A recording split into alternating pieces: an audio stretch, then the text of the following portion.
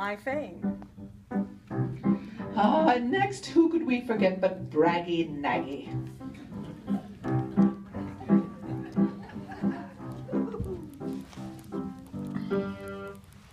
I am Braggy Naggy, as brilliant as can be. The gossip I'm involved in is clear for me to see. And then, of course, there's Quacky Lackey.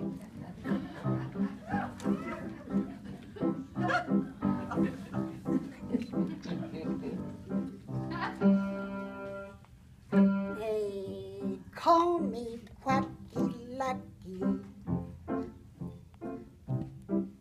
but I don't like that name. Why don't other goslings like me just the same? Oh dear. And then there's Trendy Pendy.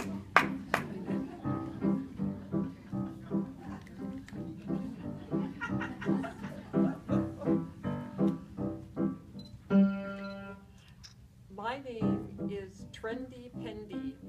Fashion is my aim. I always keep updated so I won't look the same.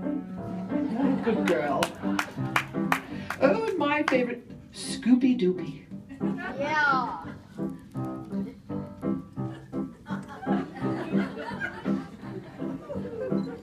Love the socks. My name is Scoopy Doopy. Some say I like to snoop, but really all I'm doing is getting all the scoop. And then the sweet heart voice.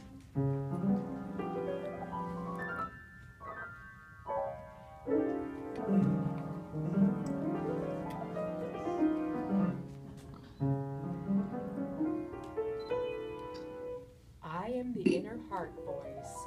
I encourage you to love. Following my leadings bring blessings from above. And last but not least, Sager Gager.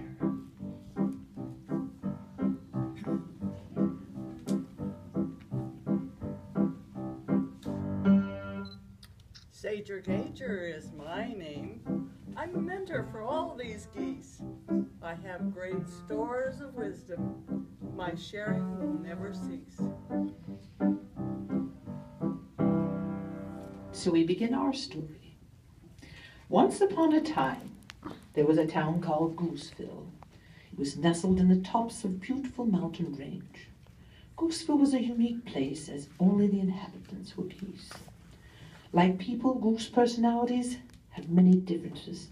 Some are friendly, some are fearful, some are mean, some are helpful, and some are sad. But all of them want to be happy.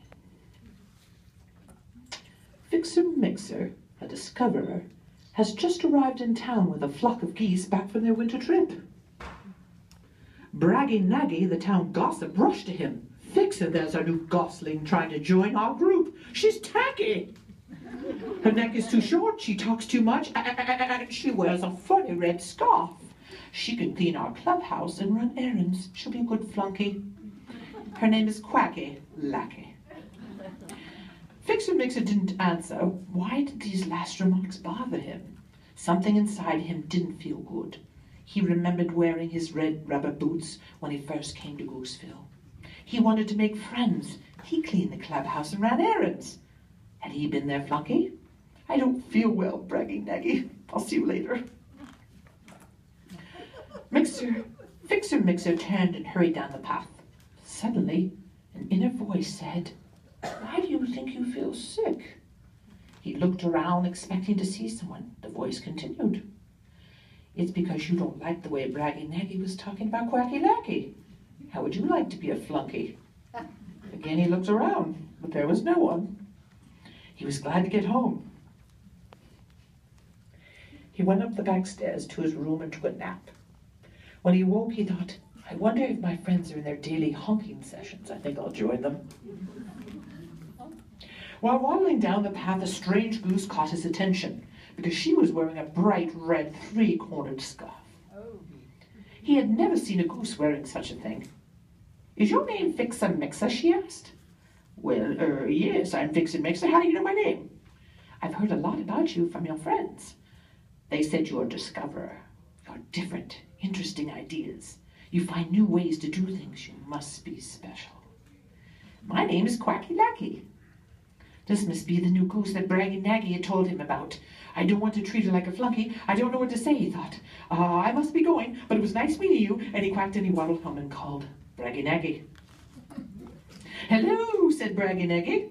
Hello, this is Vixen Mixer. I met the new goose today. She's friendly and she's kind, and I don't think we should use her as a flunky. She's different from us, Braggy Naggy's voice was cross. She's lucky we'll even talk to her. Why does she think she can belong to our group? I don't like what you're saying. Well, well, she snapped in an even crosser voice. When did you become Goosey Two Shoes? Vixen Mixer didn't know what to say. Had his old friend Braggy Naggy always talked so crossly to him? I'll see you later, he honked. I know you'll see it our way after you think it over. As Vixen Mixer hung up the phone, he heard Braggy Naggy hiss to herself, he'd better. As he walked away from the phone, he heard, you'll never see it their way again. Who are you, Mixer Fixer asked. You tell me things I have not thought before. I'm feeling things I've not felt before. Vixen Mixer was confused. He laid his head on the bed and looked at the ceiling until he fell asleep.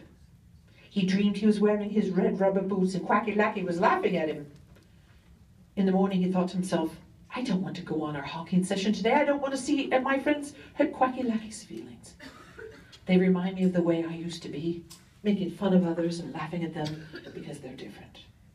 Just then the phone rang. It was another friend, Scooby-Doopy.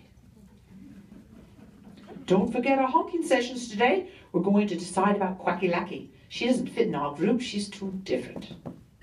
Vixen Mixer felt sad but answered, I'll be there.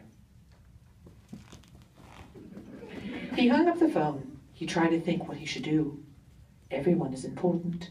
Differences are good. Wouldn't it be boring if we were all alike? Who are you and what am I going to do? He pleaded. Vote for Quacky Lackey today. I'm afraid if I vote for Quacky Lackey, my friends won't like me anymore. A tear rolled down Vixen Mixer's bill as he saw himself without his old friends. Vixen Mixer was late to the meeting. His friends all stared at him and he slipped quietly into his seat. Quacky Lackey, with a big smile on her bill, waddled over to him and said, It's Ducky to see you! She put out a wing and gave him a friendly touch on the shoulder. But she stopped when he stood like a fighting goose and made a mean face at her. Quacky Lackey lowered her head and waddled sadly back to her seat. Why did you treat Quacky Lackey like that? Vixen Mixer's inner voice scolded. Would you like to be treated that way? Just then, he heard Inspector Detector saying, Quacky Lackey, you are different than the goslings in our group. Your neck is too short, your feathers are different colors. You are more like a duck than a goose, you quack too much. The goslings started to snicker and jabber to each other. They all nodded in agreement with Inspector Detector. Vixen Mixer felt terrible. Laughing at other goslings hurts their feelings. They can be so mean, he thought. He had changed. He was disappointed in his friends. But his inner voice reminded him, what kind of friend were you? It's time to vote, sneered Inspector Detector. You have anything to say, Quacky Lackey? She shook her head, closed her eyes, and sat very still. Do something, pleaded the voice. There wasn't much time to do anything. Inspector Detector was passing out ballots for voting. Vixen Mixer flew to the front of the room and he looked directly into the eyes of his friends. I met Quacky Lackey yesterday, he honked. I like Quacky Lackey. She's a friendly, kind goose. He gave her a big smile and waddled back to his seat. Everyone in the room gasped. What has happened to Vixen Mixer? He has changed. He's different since he went back from that trip, they thought. Inspector Detector announced the resulting of the voting. 2 for Quacky Lackey, 5 votes against her. The group had turned her down. Quacky Lackey quietly waddled out of the door. Vixen Mixer went after her. He flew down the path, but when she saw him coming, she tried to get away. Tears were streaming down her face. Quacky Lackey, please stop running away and talk to me, he called. Finally, she stopped. Fixer Mixer asked, "Why do you want to run out of the meeting? 2 of us voted for you. We are your friends." "What is a friend?" Quacky Lackey sobbed. "A friend is someone who likes you even when you are different. But first you must like yourself." "How?" she sighed, drying her eyes with the end of her 3-cornered scarf. "Smile, be friendly, listen to others, and be kind and caring," said Fixer Mixer. Quacky Lackey was puzzled. "I did smile, and I was friendly and kind. So why was Inspector Detector so mean to me? Why don't the goslings like me?" Fixer Mixer remembered those terrible minutes before he spoke up for Quacky Lackey. He was afraid. That must be how his friends felt. "You're different.